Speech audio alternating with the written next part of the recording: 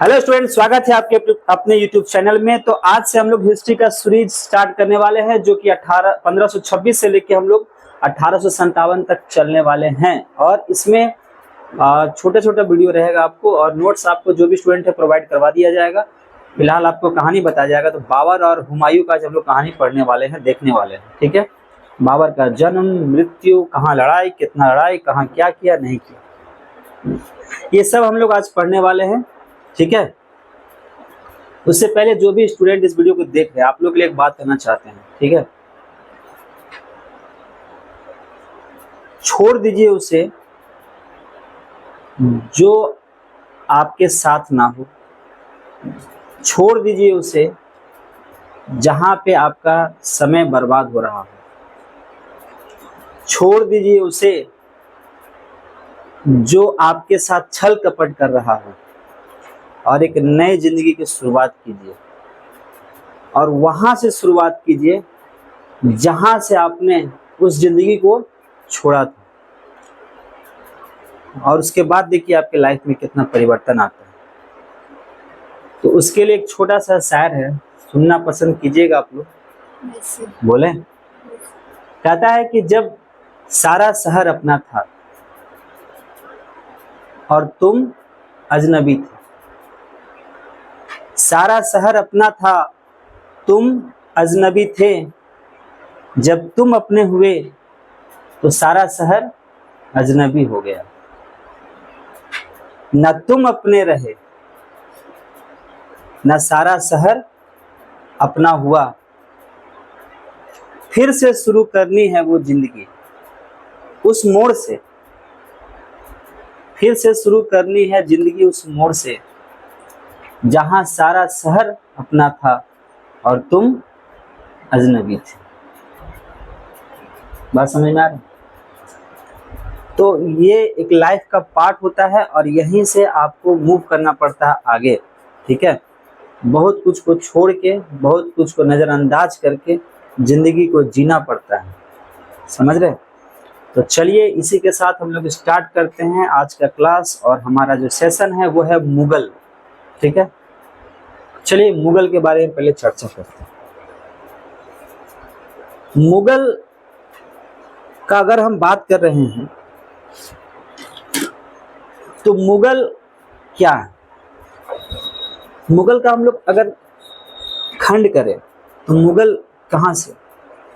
तो मंगोल और तुर्क, मंगोल और तुर्कों का एक समूह है। ठीक है, जिसे मुगल के रूप में हम लोग समझते हैं। और इसमें सबसे बड़ा जो नाम, चेहरा जो सामने आता है वो आता है बाबर का। कहानी की शुरुआत करें उससे पहले हम लोग समझते हैं, इसका कालखंड को पहले देख लेते हैं, उसके बाद हम लोग चलेंगे बाबर के पास कि बाबर था कौन, उसका पूरा नाम क्या था, उसका जन्म कब हुआ। लेकिन उससे पहले जो मुगल साम्राज्य था, उस मुगल साम्राज्य की अगर हम चर्चा कर रहे हैं तो इसका मुगल साम्राज्य 1526 से शुरुआत होता है और 1857 तक रहता है।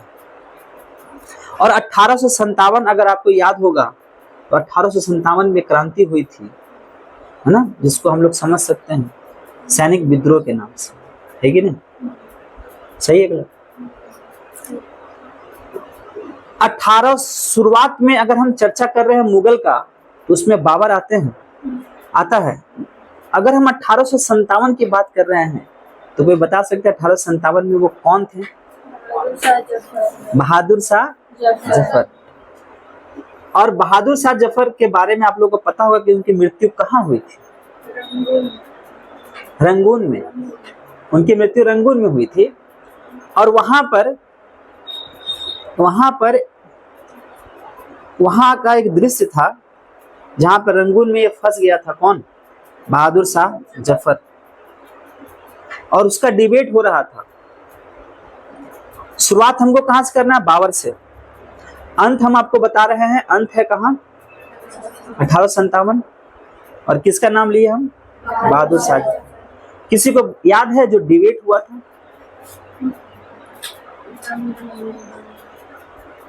तो बहादुर शाह जफर घिर गया था चारों तरफ से, और सामने में कौन था? सामने में था हडसन। सामने में था हडसन। कहानी जब सुनिएगा तो आपको बहुत इंटरेस्टिंग आएगा। हडसन और बहादुर शाह जफर में डिबेट होता है, और डिबेट में कहा जाता है कि दम दमे में दम नहीं, दम दमे में दम नहीं, खैर मांगो जान की, ऐ जफर, ऐ जफर, ठंडी हुई तेग अब हिंदुस्तान की। ये कहा था हडसन 1857 के समय में, है ना, उससे पहले की बात। हडसन कहता है किसको? बहादुर शाह जफर को। हम लोग शुरुआत करने वाले हैं क्या? बाबर से, यानी कि 1526। तो चूंकि आपको कनेक्ट करवा रहे हैं हम 1857 से, तो हमने चर्चा किया आपको बहादुर शाह जफर और हडसन का। और हडसन कहता है बहादुर शाह जफर से कि दम दमे में दम नहीं, खैर मांगो जान की, है जफर, तेग पड़ी कम पड़ी अब, ठंडी पड़ी अब हिंदुस्तान की। तो बहादुर शाह जफर जवाब देता है, बहादुर शाह जफर जवाब देता है हडसन को, क्या? नहीं, बाजुओं में बू रहेगी जब तलक ईमान की, तख्त तख्त लंदन तक चलेगी तेग हिंदुस्तान की। ये जवाब था किसका? बहादुर शाह जफर। तो बहादुर शाह जफर का ये सोच। अब बात करेंगे तो फिर ऐसा परिवर्तन कैसे आया, इसका मतलब समझ में आ रहा होगा आप लोगों को। तख्त लंदन तक चलेगी तेग हिंदुस्तान की, ये कहा कौन? ये कहा बहादुर शाह जफर। लेकिन हम लोगों को अभी भी बहुत सारा चर्चा का विषय बना हुआ कि मुगल अंपायर जब भारत में प्रवेश किया था तो वो भारत को तहस नहस कर दिया। अंततः लास्ट तक पहुंचते पहुंचते पूरा ये लोग डेमोलाइज हो गया। इसका कारण रहा कि अंग्रेज अपना काबिज हो गया आगे चल के। तो यहां तक जाने से पहले, यानी कि बहादुर शाह जफर तक जाने से पहले, हम लोगों को शुरुआती दौर में चलना पड़ेगा। यानी कि 1857 और 1526 जो मुगल आए, तो 1526 और 1857 में जो कालखंड है वो कितने वर्षों का है? 331 वर्षों। अब आप सोच सकते हो कि मुगल भारत में कितने वर्षों तक राज किया? 331 वर्षों तक। समझ रहे बात? तो क्या 331 वर्षों तक मुगल अंपायर जो था वो जैसे का तैसा था? नहीं, इसमें बहुत सारा उतार चढ़ाव है। बहुत ऐसे राजा थे, महाराजा थे जो कि कुछ अच्छे कार्य भी किए हैं, अब बहुत ऐसे थे जो अच्छे कार्य नहीं किए। बहुत सारा चीज सत्ता के लिए हुआ। जब आप औरंगजेब को देखेंगे, बात समझ गए? जब आप आगे पढ़ेंगे तो इसमें बहुत सारा मूर्ख राजा भी पैदा हुए, बहुत सारे योद्धा भी थे। जैसे कि आप बाबर के बाद अब किसका पढ़ने वाले हैं? हुमायूं को जब पढ़िएगा तो हुमायूं के बाद जो आता है एक व्यक्ति हुमायूं के समय में, उसका नाम था शेरशाह, शेरशाह सूरी। और ये शेरशाह सूरी कहा जाता है कि मुगलों को भारत से खदेड़ दिया था। ये सब हम लोग का चर्चा का विषय रहेगा अभी जो हम लोग चलने वाले। शेरशाह सूरी हिंदुस्तान से मुगल को खदेड़ दिया था। इट मींस कि हुमायूं को वो कहां कर दिया था? बाहर कर दिया हुमायूं को। लेकिन फिर पुनः हुमायूं कहा जाता है कि वनवास काट के आता है और वह शेरशाह सूरी को हराता है।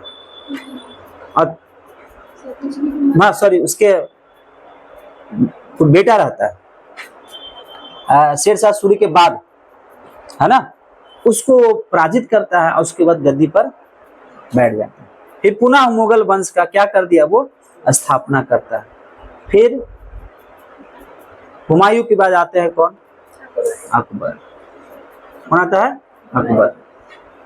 तो पहला हमारा चर्चा का विषय रहेगा बाबर, उसके बाद रहेगा हुमायूं, हुमायूं के बीच में बात करेंगे हम लोग शेरशाह सूरी का, उसके बाद आता है अकबर, फिर अकबर का कालखंड को देखेंगे, और अकबर के बाद आता है कौन, जहांगीर। नाम सुने होंगे जहांगीर का, सुने? हाँ, सलीम भी नाम था। उसके बाद कौन आते हैं, शाहजहां। शाहजहां के बारे में आपको तो पता ही होगा कि उन्होंने क्या काम किया था, क्या बनाया था, वॉचमैन था। अच्छा, ताजमहल बनाया था। क्या बनाया था, ताजमहल बनाया। अच्छा, ताजमहल क्या प्रेम का प्रतीक है?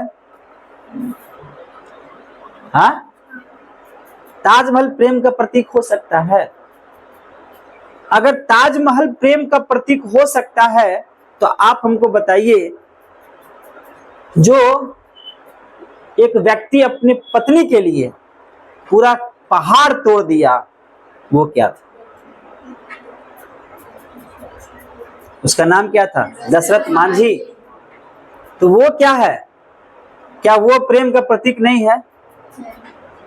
एक्चुअल में कहा जाए तो प्रेम का प्रतीक दशरथ मांझी का किया हुआ काम ही है। उसे कहते हैं प्रेम, उसे कहते हैं प्रेम। निष्ठा भाव से, बिना सोच के, बिना छल कपट के, पूरा समर्पण के साथ, पत्नी के नहीं रहते हुए भी पत्नी जो उनका डेथ की, ये दोबारा ऐसा हादसा ना हो, इसके लिए उन्होंने पूरा पहाड़ को चीर डाला। और सौभाग्य से हम लोग पिछले बार उस पहाड़ को देखें, उस पहाड़ पे गए थे। ये है प्रेम का प्रतीक।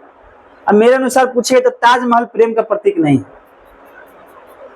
अब बुरा मत मानिए कोई आदमी, प्रेम का प्रतीक हमको नहीं लगता, प्रेम का प्रतीक हमको लगता है वो। फिर शाहजहां के बाद कौन आते हैं, शाहजहां के बाद आएंगे औरंगजेब।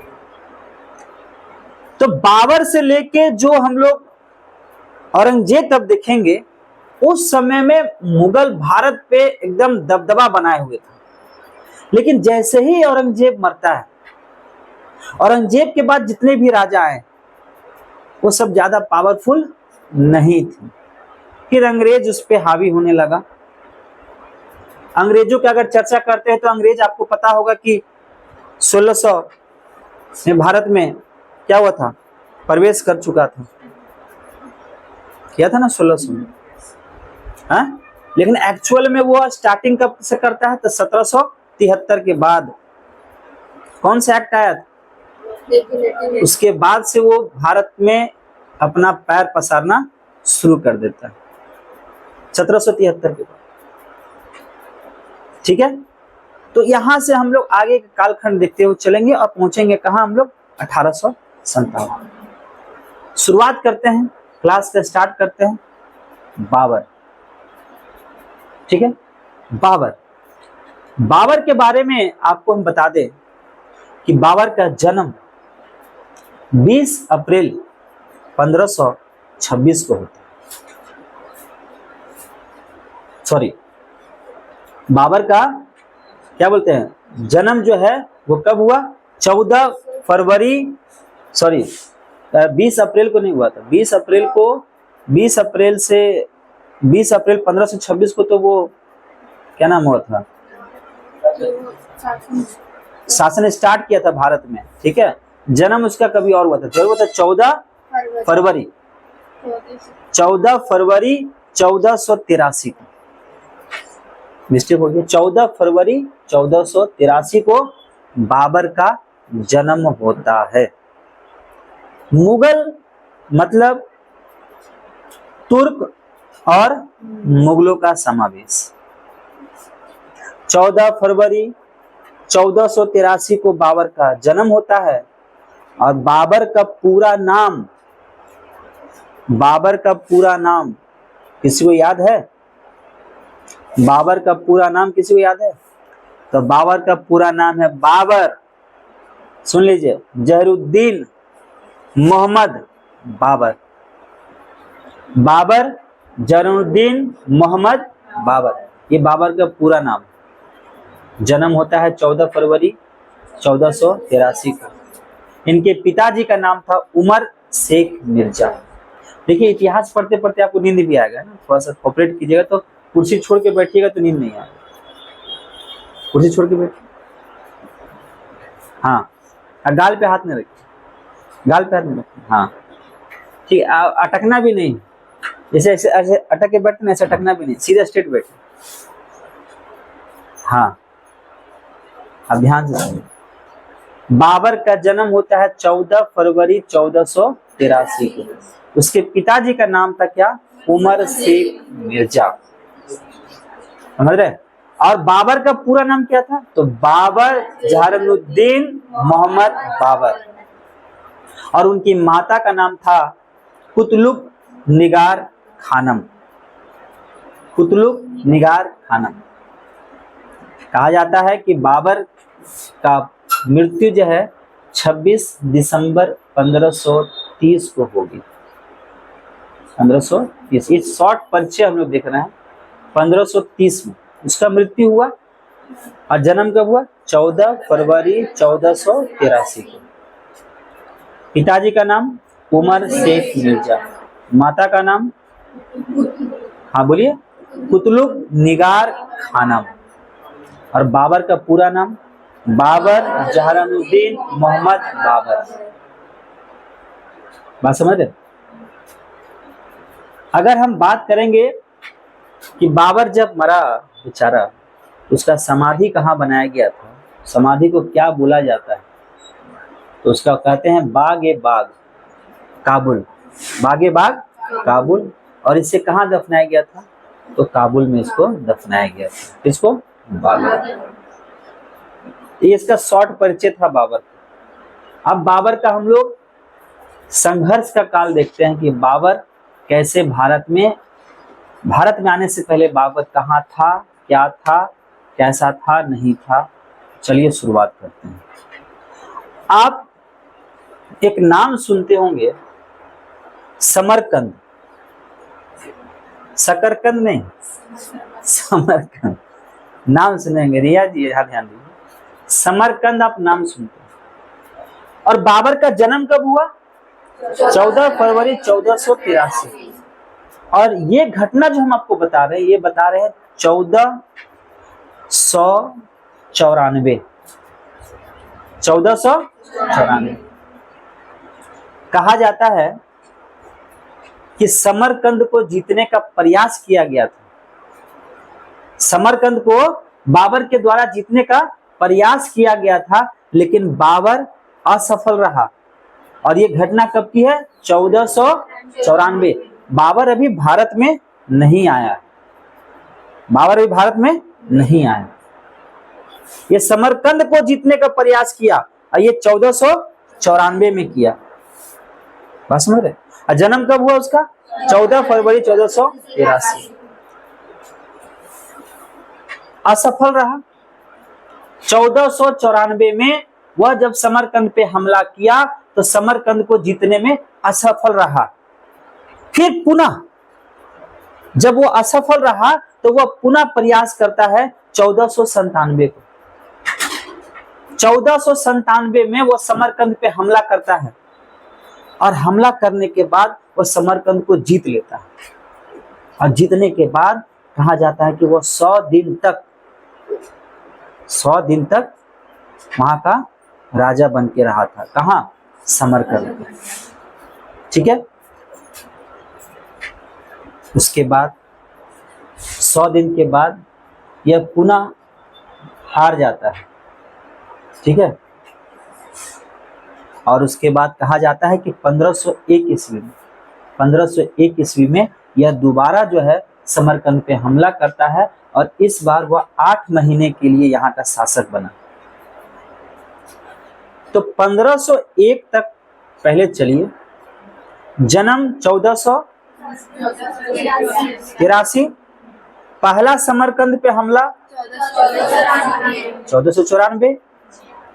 94, दूसरा हमला 97, और 97 में कितने दिन तक रहा? 100 दिन तक।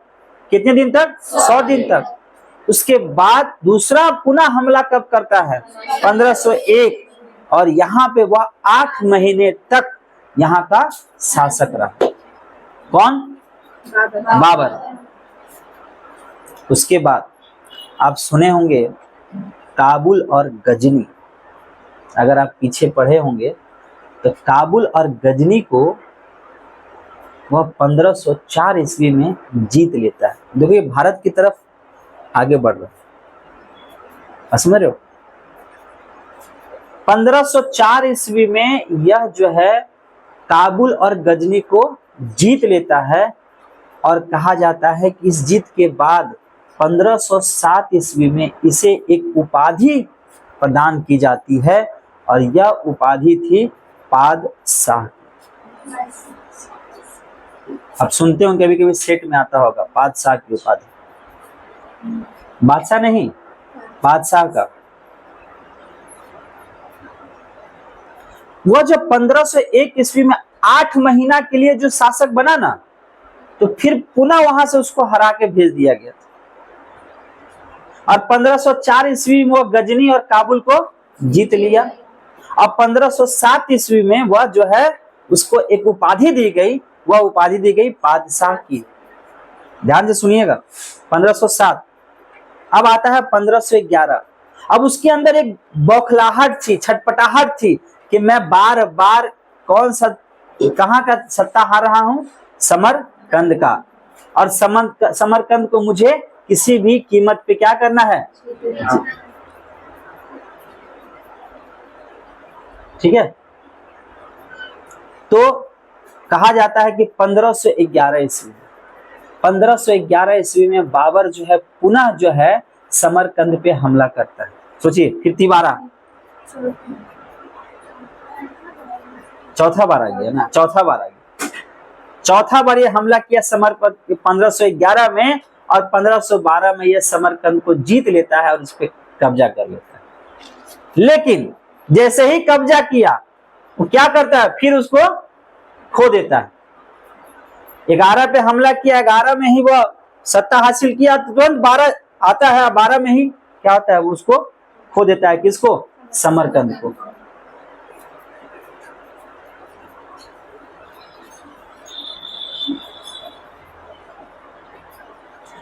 मध्य एशिया और कहा जाता है समरकंद के बाद इसका रुख जाता है किधर? भारत की तरफ। अब ध्यान दीजिएगा, जो भारत का आप मैप देखते हैं, जम्मू कश्मीर में आप देखिएगा ऊपर तो हिमालय है, तो ये लोग प्रवेश करता कहां से? इन लोग इधर से आता था ना, इधर ये रास्ता से अफगानिस्तान पाकिस्तान होते हुए भारत में प्रवेश करता था। तो उस समय पाकिस्तान भी तो किसका देश था? भारत का था। बात समझ रहे? तो बाबर का रुख अब जाता है कहां? भारत की तरफ। देखो इंटरेस्टिंग बात, समरकंद को वो जीतने का प्रयास किया लेकिन बार बार असफल रहा। कहा जाता है समरकंद को पहली बार जीता, पहली बार हमला कब किया? 1494 में। 1494। फिर दूसरी बार हमला किया 1497 में, और कितना दिन रहा? 100 दिन रहा। फिर वो हार जाता है। 1497 के बाद आता है 1501 में। अब 1501 में क्या होता है कि 8 महीने के लिए उस समरकंद पर शासक रहा, फिर हार गया। अब फिर 1504 में वह काबुल और गजनी को वह जीत लेता है, और 1507 ईस्वी में उसको पादशाही का उपाधि प्रदान होता है, और 1511 ईस्वी में पुनः प्रयास करता है कि वो समरकंद को जीते, और जीत भी लेता है। लेकिन फिर दुर्भाग्यवश 1512 ईस्वी में वह हार जाता है। अब देखो, उसको वहां पे टक्कर मिल रहा था। बात समझ रहे हो? उसको वहां पे टक्कर मिल रहा था। अब जब टक्कर मिल रहा था तो कोई सोचेगा कि यार अब बार जहां हमको फाइट हो रहा हो वहां हम रुके नहीं, तो रुख कहीं और चेंज करते हैं। तो उसको नजर आया कि एक और जगह है, कहाँ, भारत, चलो उधर चलते। ठीक है। तो 1512 में जब वो समरकंद को हारा तो कहा जाता है 1519 में वह बाजोर और भैरा का क्षेत्र जीत लेता है। बाजोर और भैरा का क्षेत्र वह जीत लेता है। और वह किससे जीतता है? यूसुफ जय जाति से वो जीत लेता है 1519 में। कौन सा क्षेत्र? भैरा और बाजोर, भैरा और बाजोर का क्षेत्र जीत लेता है 1519 में। अब 1519 में ही वह पेशावर भी जीत लेता है। 1519 में वह पेशावर भी जीत लिया। कौन? बाबर। अब देखो इसका जो है पावर और बढ़ जाएगा ना। जब मान लीजिए 1-2 बार आप जीत लेते हैं कहीं पे तो आपका पावर बढ़ जाएगा, नहीं बढ़ जाता है? 1-2 एग्जाम में आप अच्छा नंबर ला दीजिए तो आपका कॉन्फिडेंस बढ़ जाता है, नहीं बढ़ जाता है? इसका नतीजा होता है कि आप लोग एग्जाम निकालते जाते। उसी तरह से 1519 में वो भेरा जीता और पहले भेरा और बाजौर जीता। किससे? यूसुफ जाय जाति से। अब फिर 1519 में ही पेशावर को जीत लिया। कौन? बाबर। अब इसका जो पावर बढ़ते गया, अब कहा जाता है कि 1520 तक, ध्यान सुनिएगा, 1520 तक यह पूरे पंजाब सियालकोट तक, मतलब बाजौर से, भेरा से पंजाब सियालकोट तक अपना क्षेत्र क्या करता है? वो विस्तृत कर लेता है, फैला लेता है। कौन? बाबर। 1520 तक वह पूरा क्षेत्र को अपना विस्तृत कर लेता है, फैला लेता है। बात समझ रहे? अब बात करते हैं हम लोग कि 1526 के निकट हम लोग जाने वाले हैं। ठीक है। उससे पहले एक घटना का और जिक्र कर देते हैं आपको। 1520 तक वह सियालकोट तक अपना क्षेत्र को बढ़ा लिया। 1524 में उसने लाहौर सहित लगभग पंजाब के अधिकांश भाग को वो जीत लिया। लाहौर सहित पंजाब के अधिकांश भाग को वो जीत लिया। कौन? बाबर। अब आने वाले हैं 1526। तो यहां तक बाबर का कहानी समझ में आया? 1524 तक समझ में आया? तो 1524 तक समझ में आया तो उसके बाद आगे चलते 1526। मतलब अब उसका सत्ता कहां तक आ चुका है? सियालकोट तक पूरा पंजाब का क्षेत्र जीत लिया, लाहौर जीत लिया, पेशावर जीत लिया, और समझ रहे हो, सारा कुछ जीत लिया। अब उसका पावर और क्या होते जा रहा? बढ़ते जा रहा। अब आते हैं 1526 तारीख 1526 में क्या हुआ था? पानीपत का प्रथम लड़ाई। तारीख बताइए। 21 अप्रैल 1526। 21 अप्रैल 1526। तो अब हम लोग आगे चलते हैं। अब बात करेंगे 21 अप्रैल 1526। ध्यान से सुनना। 21 अप्रैल 1526 का जब चर्चा हो रहा है तो इसमें हम लोग जानते हैं कि यह घटना को हम लोग एक नाम से जानते हैं जिसे हम लोग कहते हैं क्या? पानीपत का प्रथम युद्ध। अब देखो पानीपत का प्रथम युद्ध, अब ध्यान से समझना कि हुआ क्या होगा। अब दिल्ली में कोई ना कोई राजा होगा, जब आप पीछे देखेंगे तो आपको पता चलेगा। दिल्ली में शासक था और उस शासक का नाम क्या था? इब्राहिम लोदी। इब्राहिम लोदी का लड़ाई होता है किसके साथ? बाबर के साथ। और इब्राहिम लोदी के कुछ ऐसे लोग होते हैं, उसके राज्य में या फिर उसके दरबार में जो बाबर को निमंत्रण देता है कि आप आइए और इसे सत्ता से हटाइए, लेकिन जो लोग निमंत्रण दे रहा था उसका लोभ यह था कि मैं अगर बाबर को बुलाता हूं और बाबर इसके हटाता है गद्दी से, तो उसके बाद हम लोग स्वयं इस गद्दी पर बैठ जाएंगे। ये उन लोगों का सोच था, किसका? जो उसको निमंत्रण देने गया बाबर को, आइए हटाइए, दिल्ली में बैठा हुआ एक आदमी, उसका नाम है इब्राहिम लोदी, कुछ नहीं करता है, पटा रहा है, भगाइए इसको। तो आप लोग जो पढ़े हुए हैं जरा बताइए कि वो निमंत्रण देने वाला कौन था? दौलत खां लोदी और उसका अपना एक भाई, चाचा और भाई दोनों जाके बाबर को निमंत्रण देता है कि आप आइए, हम लोग आपका मदद करेंगे। तो बाबर जब इस बात को सुनता है तो वो तो फिराक में था ही कि यार हमको एक बड़ा साम्राज्य मिल जाए जहां पे अपने आप को हम साबित कर सके कि मैं एक पावरफुल शासक हूं, बन सकता हूं। तो उसके लिए उसको एक मौका का तलाश था। और यहां जो जनाब इब्राहिम लोदी के जो चाचा और भाई थे, ये लोग सोच रहा था कि हम जाएंगे बाबर के पास, बाबर को निमंत्रण देंगे और फिर बाबर इसको हराएगा, किसको? इब्राहिम लोदी को, और फिर हम लोग बैठ के गद्दी पे आराम से राज करेंगे और बाबर को कहेंगे तुम कोई देश संभाल लो, कोई इधर संभाल लो, कोई इधर संभाल लो। समझ रहे? लेकिन हुआ इसका विपरीत, क्योंकि बाबर ऑलरेडी पहले से तलाश में था कि मुझे कुछ ऐसा जगह मिले जहां से मैं अपने आप को साबित कर सकूं, दिखा सकूं, और उस मौका उसको मिला। और वही दिन था 21 अप्रैल 1526।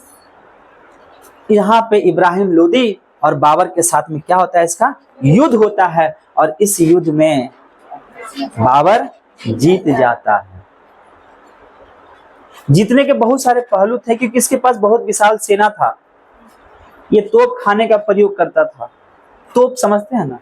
अब मान लीजिए पहले समय में तोप होगा, कल्पना कीजिए कि तोप होगा। अब मान लीजिए इब्राहिम लोदी का सेना वहां पे है, आई तोप से ही उड़ा दे रहा है, सेना बढ़ेगा? कहानी खत्म। इब्राहिम लोदी क्या हुआ?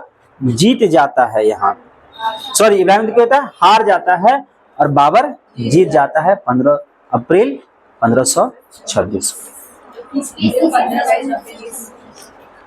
21 अप्रैल 1526, यही बोले ना? हम क्या बोले थे? ओ नहीं, 21 अप्रैल 1526 इब्राहिम लोदी हारता है और बाबर जीत जाता है। जीतने का अगर हम श्रेय कहा जाए तो उसका युद्ध नीति जो था वो कहा जाता है कि किस युद्ध नीति पे वो लड़ाई लड़ा? तो वो लड़ा तुगलक युद्ध नीति। तुगलक युद्ध नीति के आधार पर वह युद्ध लड़ता है, किससे? इब्राहिम लोदी से। तोप खाने का प्रयोग किया, तोपों का प्रयोग किया, और कहा जाता है कि उस तोप सजाने में उस्मानी विधि का प्रयोग किया गया था। ठीक है? बंदूकधारियों का नेतृत्व था उसमें, मतलब बाबर के पास बंदूक चलाने वाले लोग भी थे, और उसका नेतृत्व कर रहा था उस्ताद मुस्तफा। तो ये सब कुछ कारण थे, तोप खाना, बंदूक नीति, युद्ध नीति, ठीक है, जो कि तुगलक युद्ध नीति पर आधारित था इसका युद्ध, और यह जीत जाता है।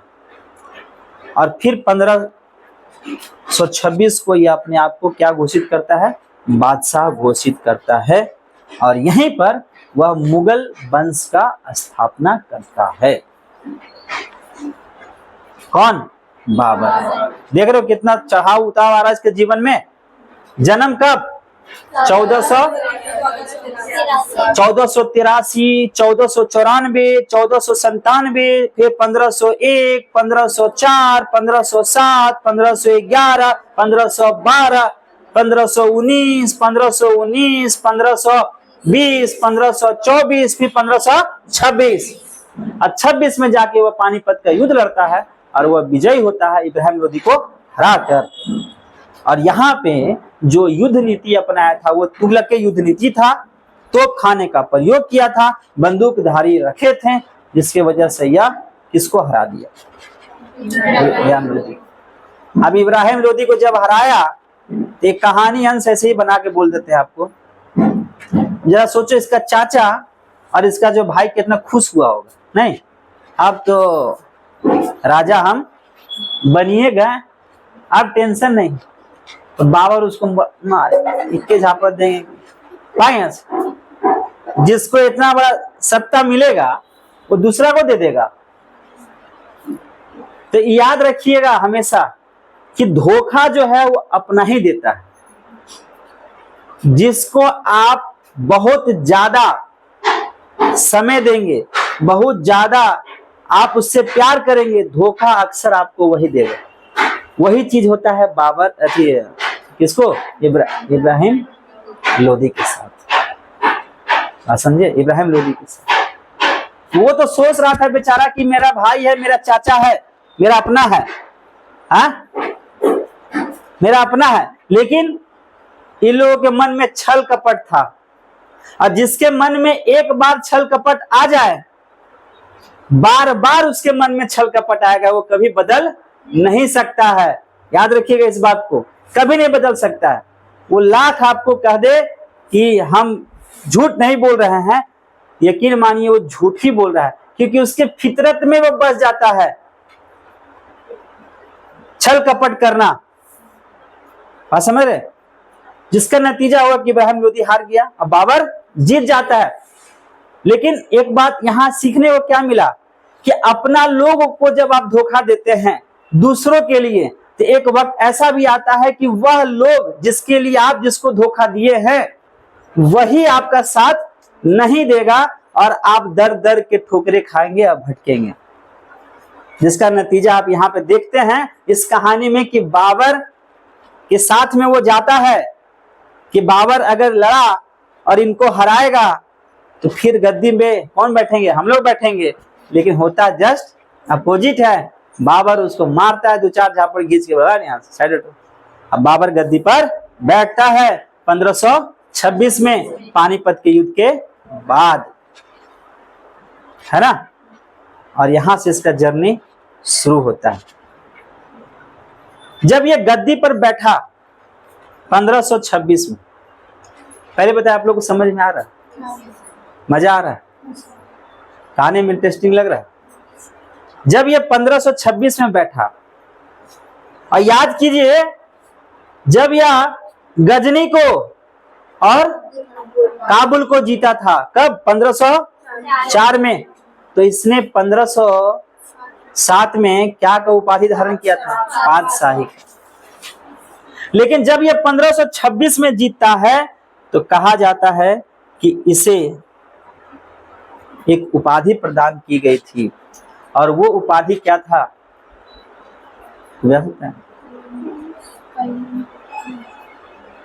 कलंदर की उपाधि। क्या था, कलंदर की उपाधि थी,